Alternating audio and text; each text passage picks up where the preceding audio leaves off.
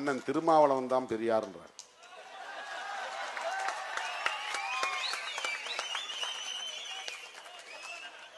இது டிப்ளமசி, இதுக்கு பேர் தான் டிப்ளமசி. இப்படி பேசுன்னு சொல்லியிருப்பாங்க. அப்ப என்ன சொல்ல போறாரு திருமாவளவன்? அவர் கூட இருக்கவங்க எல்லாம் அப்படி ஆஃப் ஆகிடுவாங்க. திருமாவளவனை நீங்கள் சராசரி நபராகவே எடை போடுகிறீர்கள். நான் அவருக்காக மட்டும் சொல்ல, எல்லாருக்காகவும் சொல்றேன், எல்லோருக்காகவும் சொல்லுகிறேன். நான் வழக்கமான சராசரியான நடைமுறைகளை பின்பற்றுகிற, ஆசைப்படுகிற ஒரு நபர் இல்லை. அதை உங்களுக்கு நான் சொல்லணும். யாருக்கு சொல்லணும் இல்லை, உங்களுக்கு நான் சொல்லணும். நீங்க என்னை பின்பற்றக்கூடியவர்கள், என் தலைமையை ஏற்றுக்கொண்டிருப்பவர்கள். இந்த RSS கும்பலுக்கு மொழி வழி தேசியவாதம் ஒருபோதும் உடன்படாது. அதில் அவங்க உடன்பட மாட்டாங்க. இப்ப தூண்டி விட்டு இருப்பாங்க, தம்பி நீ நல்லா பேசுற, திமுகவை சரியா வாங்குற, திருமாவளவனுக்கு நீ சூடா பதில் கொடுக்கிற, பேசுன்னு சொல்லிட்டே இருப்பாங்க. ஆனா தமிழ் தேசியம் வளர ஒருபோதும் பிஜேபி இடம் கொடுக்காது, எழுதி வைத்துக் கொள்ளுங்கள். தமிழ் தேசியத்தின் முதல் எதிரியே மதவாத தேசியம் பேசுகிற கும்பல் தான். தெலுங்கு பேசுறவங்களோ மலையாளம் பேசுறவங்களோ கிடையாது. அவங்கெல்லாம் நம்முடைய தோழமை சக்திகள். அந்த தெலுங்கு பேசுகிற மக்களிடத்திலும் மலையாளம் பேசுகிற மக்களிடத்திலும் நாம் என்ன சொல்லணும்னா, நீ மலையாள தேசியம் பேசு, நீ கன்னடம் தேசியம் பேசு, நீ தெலுங்கு தேசியம் பேசு, நாம் எல்லோரும் ஒன்றாக சேர்ந்து ஒரு தேசிய இன ஐக்கியத்தை கட்டி எழுப்புவோம். சமஸ்கிருதமயமாக்குதலையும் இந்திமயமாக்குதலையும் அவர்களின் ஆதிக்கத்தையும் வடவர் ஆதிக்கத்தையும் நாம் எதிர்த்து நிற்போம் அப்படின்னு சொல்லணும். அவன் தான் உண்மையான தமிழ் தேசிய உணர்வாளனாக இருக்க முடியும். வெறும் தேர்தல் காரணங்களுக்காக, வாக்கு வங்கி காரணங்களுக்காக திமுகவை எதிர்க்கிறோம் என்கிற பெயரில் பெரியார் அரசியலுக்கே ஆப்பு வைக்கிற வேலையை செய்கிறார்கள். அது திமுகவுக்கும் திகாவுக்கும் மட்டும் பாதிப்பை தராது, விடுதலை சிறுத்தைகள் போன்ற விளிம்பு நிலை மக்கள் இயக்கங்களுக்கும் பெரும் பாதிப்பை ஏற்படுத்தும். சில பேர் கேட்கறான், நான் திமுகவை தானே அந்த ஆள் திட்டுறாரு, இவர் ஏன் திருமாவளவன் போய் மூக்க உழைக்கிறாரு அப்படின்னு நினைக்கிறான். நாம் பேசுகிற அரசியலுக்கு வேட்டு வைக்கிற போது நான் எப்படி வேடிக்கை பார்க்க முடியும்? பெரியார் அரசியல் என்பது சிறுத்தைகளின் அரசியல். பெரியாருடைய உழைப்பையும் பெரியாருடைய தியாகத்தையும் உள்நோக்கம் கற்பித்து கொச்சைப்படுத்துவது அவரை மட்டும் பாதிக்காது.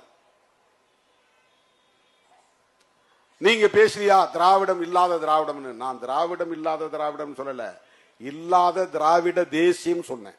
ஒவ்வொரு சொல்லுக்கும் பெரிய வலிமை உண்டு, பொருள் உண்டு, ஆழமான பொருள் உண்டு.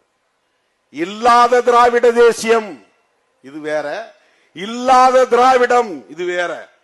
திராவிடம் இருக்கிறது, திராவிட தேசியம் இல்லை. இதுதான் விடுதலை சிறுத்தைகளின் நிலைப்பாடு.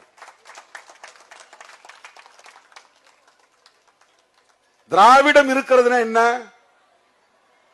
திராவிடம் என்றால் ஆரியத்திற்கு எதிரானது, பார்ப்பனியத்திற்கு எதிரானது, சனாதனத்திற்கு எதிரானது. இந்துத்துவா இந்துத்துவா அப்படின்னு இழுத்தம்னா அது பிஜேபி RSS கோட்பாடு. இந்துத்துவம் அப்படின்னா திமுகவில் இருக்கிற இந்துக்களுக்கும் பொருந்தக்கூடியது. ரெண்டுக்கு வேறுபாடு இருக்கு. இந்துத்துவா அவனுடைய கோட்பாடு.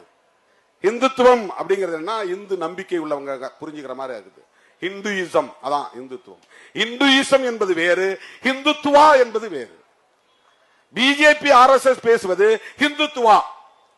அது என்ன அர்த்தம்னா, மதவெறியை தூண்டி இஸ்லாமிய வெறுப்பை, கிறிஸ்தவ வெறுப்பை விதைத்து மத கலவரத்தை தூண்டி வெற்றி பெற்று இந்த தேசத்தை இந்து ராஷ்டிரம் என்று அறிவிப்பது.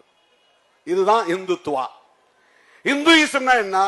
சிவனே, மகாவிஷ்ணுவே, ஐயன் முருகனே என்று கடவுள் மீது நம்பிக்கை வைத்து அவனிடத்தில் போய் முறையிடுகிற மக்களின் ஆன்மீக நம்பிக்கை அது.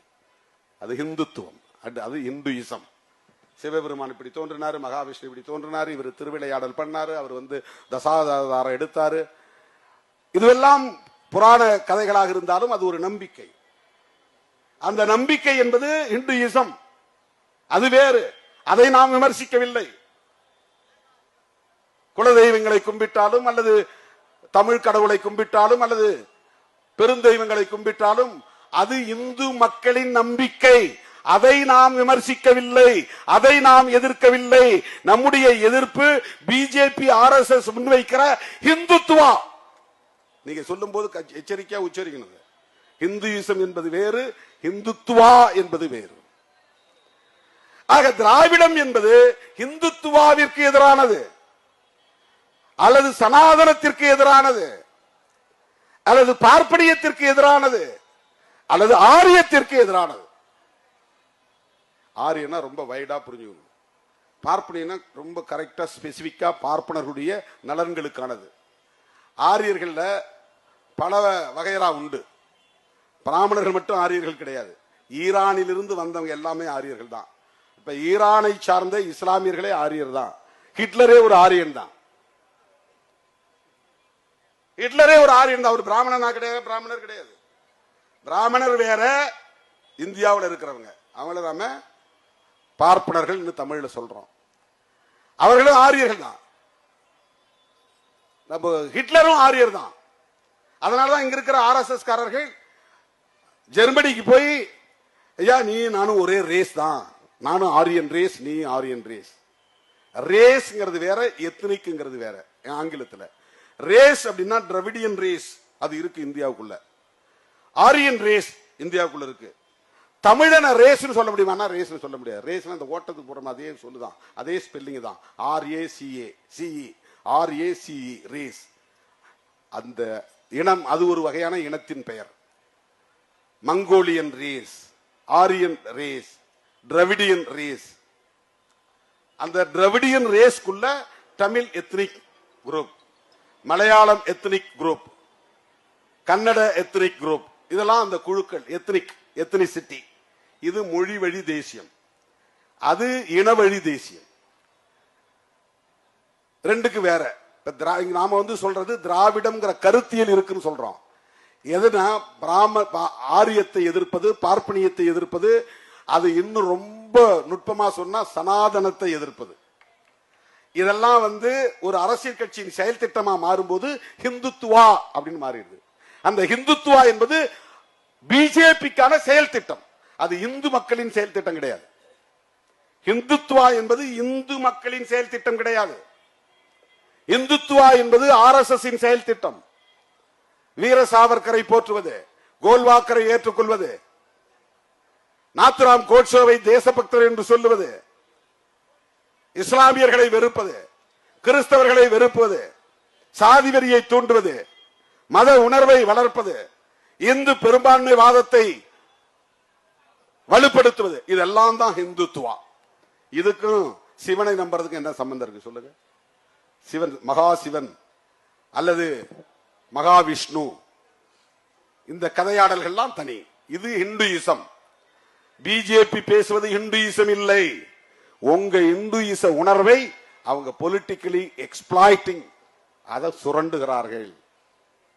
உங்க மத உணர்வையும் சாதி உணர்வையும் கடவுள் நம்பிக்கையும் அவர்களின் அரசியல் ஆதாயத்திற்காக சுரண்டுகிற நடவடிக்கையின் செயல் திட்டம் தான் ஹிந்துத்துவா. பிஜேபியை நாம் எதிர்க்கிறோம் என்பதற்கு காரணம் அவர்கள் இந்துக்கள் என்பதற்காக அல்ல, ஹிந்துத்துவாவை உயர்த்தி பிடிக்கிறவர்கள் என்பதற்காக. RSS எதிர்ப்பதற்கு காரணம் அவர்கள் இந்துக்கள் என்பதற்காக அல்ல, ஹிந்துத்துவா என்கிற செயல் திட்டத்தை உயர்த்தி பிடிப்பதனால் எதிர்க்கிறோம். 3 விஷயம் உனக்கு முக்கியமான ஸ்ட்ராட்டஜி. ஒன்று மதமாற்றம், அது தடுக்கப்பட வேண்டும்.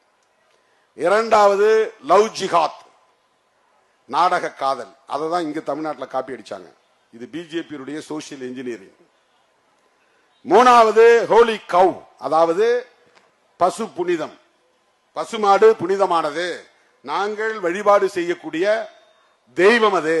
அந்த பசுமாட்டை அவன் தெய்வமாக மதிக்க மறுக்கிறான். யாரு? முஸ்லிம்கள்.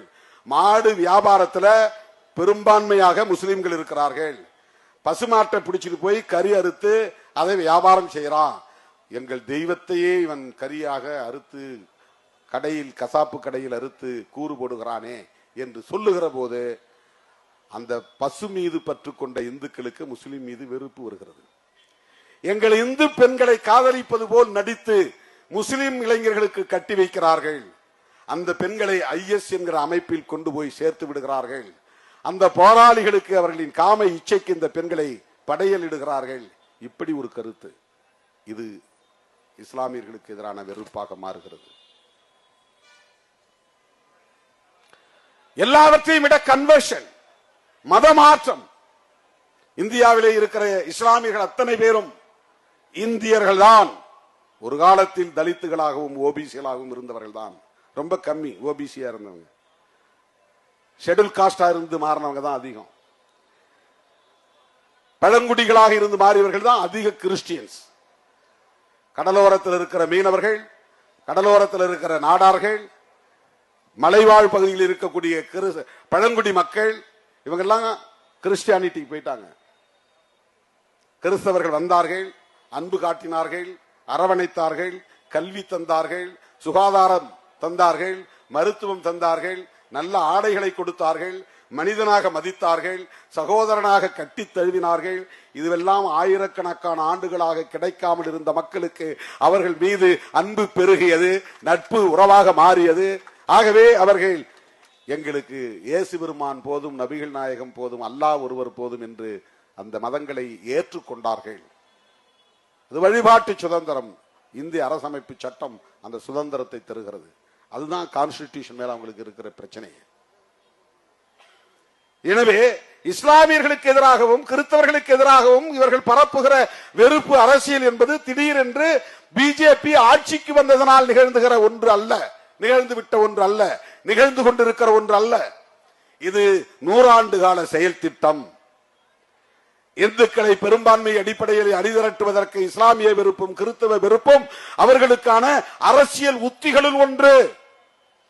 அதற்கு அவர்கள் முன்வைக்கக்கூடிய குற்றச்சாட்டுகள் மதமாற்றம், நாடக காதல், புனித பசுவை அவமதிக்கும் போக்கு அல்லது கொலை செய்யும் போக்கு. இதற்காக நாங்கள் இஸ்லாமியர்களை வெறுக்கிறோம், கிறிஸ்தவர்களை வெறுக்கிறோம், அவர்களை தாக்குவோம், பைபிளை பரப்பக்கூடாது, குர்ஆனை பரப்பக்கூடாது. இப்ப புகுந்து அடிக்கும் போது இந்துக்கள் மத்தியில் பெரிய உற்சாகம் வருகிறது. காங்கிரஸ் இல்லாத பாரதம்.